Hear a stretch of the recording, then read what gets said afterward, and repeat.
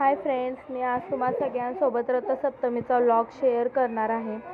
तुम्ही बघू शकता मी आमच्या अंगणात रथात बसलेल्या सूर्याची रांगोळी काढलेली आहे. रथसप्तमी म्हणजे सूर्याचा जन्मदिवस. या दिवशी सूर्य 7 घोड्यांच्या रथात बसून आलेला असतो. हे 7 घोडे म्हणजे आपल्या आठवड्याचे 7 वार असतात आणि ज्या रथात बसलेला असतो त्या रथाला चाके असतात. ते 12 आऱ्यांचं चाक असतं, म्हणजे आपल्या 12 राशी असतात.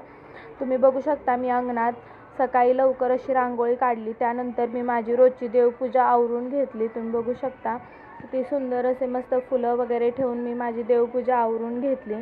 रथसप्तमीची उपवास माघ अमावस्येनंतर 7 दिवसाचे हे उपवास चालू झालेले असतात. मीही 7 दिवसाचे हे उपवास पकडले होते आणि आज शेवटचा दिवस म्हणजे रथसप्तमी असतो.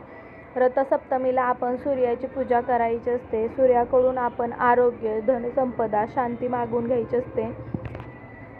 तुम्ही बघू शकता माझा इथं पुरणपोळीचा स्वयंपाक चालू आहे. मी मस्त अशी कटाची आमटी बनवले, भात तयार आहे आणि मी पुरणही वाटून घेतले आणि इथं पीठही मळून ठेवले. आता मी नैवेद्य करून घेणार आहे आणि नैवेद्य करून झाला की मी दूध उतू घालवणार आहे. रथसप्तमीला दूध उतू घालवण्याचं खूप महत्त्व असतं. तुम्ही बघू शकता किती सुंदर असा मी पुरणपोळीचा स्वयंपाक तयार केलेला आहे आणि आत्ता माझे नैवेद्य बनवून झाला की मी सूर्याला अर्घ्य देणार आहे आणि सूर्याला अर्घ्य दिल्यानंतर मी दूध उतू घालवणार आहे आणि माझी पुढची रथसप्तमीची पूजा करून घेणार आहे. आपण गायत्री मंत्र म्हणत सूर्याला अर्घ्य द्यायचा असतो. सूर्याला अर्घ्य दिलेले पाणी कुणीही तुडवू नये याच्यासाठी मी ते पातेल्यात जमा केले आणि नंतर ते एका झाडाला टाकून देणार आहे. गायत्री मंत्र पूर्ण वेळ बोलत आपण हा अर्घ्य द्यायचा असतो आणि त्यातलं थोडं पाणी आपण प्यायचं असतं. इकडं तुम्ही बघू शकता आपल्याला दूध उतू घालवायसाठी माझे मिस्टर तयारी करत आहेत. हे शेणाचे शेणकूट म्हणजेच गवरे आहेत आणि ते त्याचं मस्त असं विस्तव पाडून आम्ही त्याच्यावरती आता दूध उतू घालवणार आहे. रथसप्तमीला दूध उतू घालवण्याला खूप असं महत्त्व आहे. त्या दुधामध्ये आपण थोडेसे तांदूळ आणि साखर टाकून ते दूध उतू घालवायचं असतं. मी जिथं रांगोळी काढली तिथंच बघा हे सगळं ठेवलं आहे आणि दूधही ठेवलं आहे. मी नैवेद्य पुरणपोळीचा नैवेद्य तयार केलेला तोही तिथं ठेवलं आहे. आता आपलं दूध उतू जाण्याच्या प्रोसेसमध्ये आहे. तुम्ही बघू शकता रथसप्तमीला आपण सूर्य उगवत आहे आणि रथसप्तमीला आपण सूर्याकडून फक्त एवढंच मागायचं असतं की सूर्यदेवाला आपण एवढीच प्रार्थना करायची असते की आपल्याला चांगलं आरोग्य लाभू दे, धनसंपदा मिळू दे आणि माझ्या घरात किंवा माझ्या मुलाबाळांना सुख, शांती आणि समाधान मिळू दे. यासाठी आपण ही पूजा करत असतो. आपण हे दूध उतू घालवायचं असतं आणि हे दूध सूर्याच्या ज्या दिशेने उतू जातं म्हणजे सूर्याच्या दिशेने उतू गेलं की आपण म्हणायचं सूर्यदेवाला आपला प्रसाद नैवेद्य पोहोचलेला आहे आणि आपल्याला त्यांनी प्रसादही दिलेला आहे. आपलं इच्छित फळ लवकरच आपल्याला मिळणार आणि थोडंसं राहिलेलं दूध आपण सगळ्यांनी प्रसाद म्हणून घ्यायचं असतं. तुम्ही बघू शकता माझे मिस्टर ते कसं त्याला हे करण्यासाठी दूध उतू जाण्यासाठी कसं करत आहेत ते.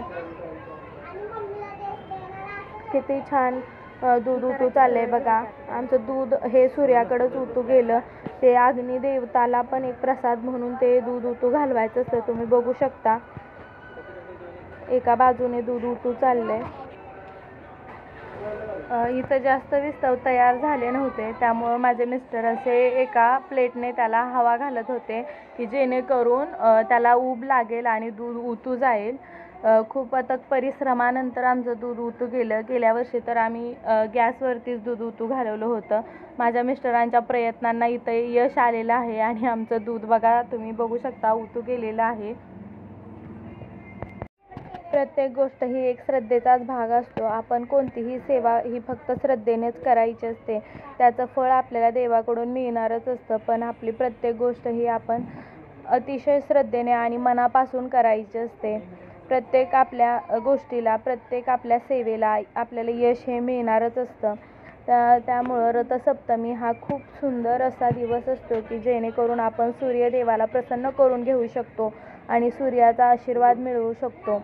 रथसप्तमी दिवशी महत्त्वाची गोष्ट म्हणजे सूर्याला अर्घ्य देणे आणि हे दूध उतू घालवणे. तुम्ही बघा, तुम्हाला दिसत असेल व्हिडिओ, दूध उतू गेलेलं आहे. नंतर मी हे उतू गेलेलं दूध सगळ्या देवांना नैवेद्य म्हणून दाखवलं. पुरणपोळीचा नैवेद्यही सगळ्या देवांना दाखवला. आम्ही घरातल्या सगळ्यांनी हे दूध प्रसाद म्हणून घेतलं आणि अशा प्रकारे आम्ही रथसप्तमी खूप छान अशी साजरी केली. आणि माझे 7 दिवस उपवास होते. त्या 7 दिवसाचे उपवासाचा व्हिडिओही मी तुम्हाला दाखवत आहे, म्हणजे फोटो फक्त अपलोड केलेले आहेत. दूध उतू गेल्यानंतर मी तिथं एक नारळ फोडला आणि ह्या व्रताची उद्यापन झालं किंवा ह्या व्रताची सांगता झाली असं नारळ फोडल्यानंतर असतं. आणि तो प्रसाद आम्ही सगळ्यांनी घेतला. तुम्ही बघू शकता सूर्य किती सुंदर उगवलेला आहे.